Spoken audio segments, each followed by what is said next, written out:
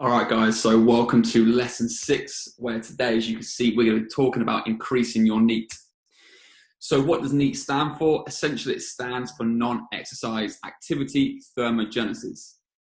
NEAT is basically any calories you burn that's not planned from exercise. This includes anything from fidgeting to standing and walking.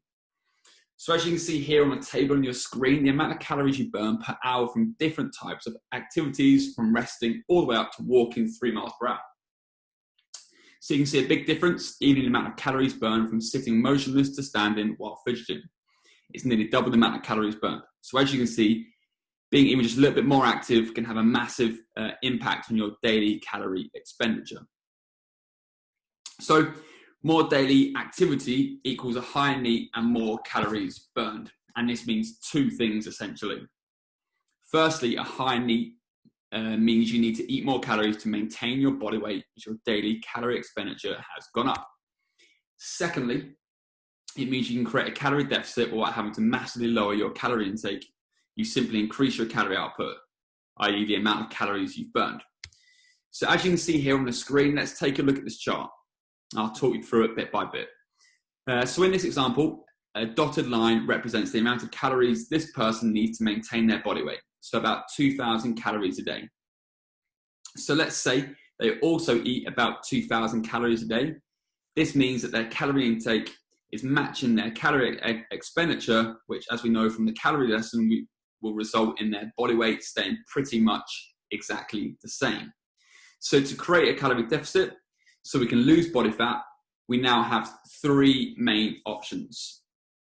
The first one is to decrease our calorie intake from around 2,000 calories a day to around 1,500 calories a day, as you can see here illustrated on the screen.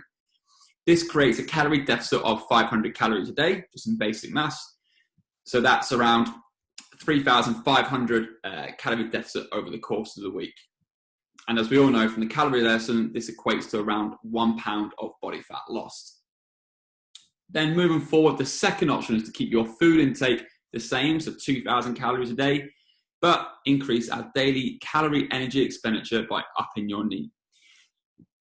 Let's say we do this and burn an extra 500 calories a day.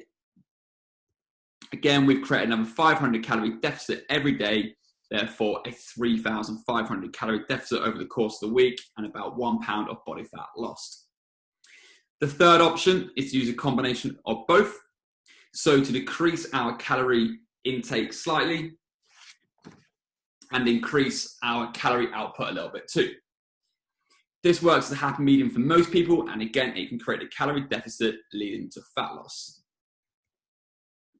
There's often too much focus on how many calories you burn in the gym, which is actually just 2 or 4, maybe 5 hours a week.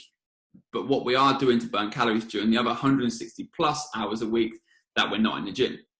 That's something that most people need to think about, which means making a bigger conscious effort to up your activity level. So this is where the idea of increasing your daily step counts comes into play. As we saw earlier, walking is a really easy way to increase your NEAT levels. Perhaps just to start off, just track your steps for a week and see where you're at. Most phones these days, such as the iPhones or any sort of smartphone, can track steps, or you can do something like an Apple Watch or a Fitbit. Then once you've got an idea of where you're at, we can aim to incrementally increase your daily steps to increase your calorie deficit without having to drastically lower your food intake. Because as we mentioned earlier, the more calories we expend through NEAT, the more calories we eat while dieting for fat loss. And that's always really useful for adherence and being able to stick to it, because more food is always easier than eating less food.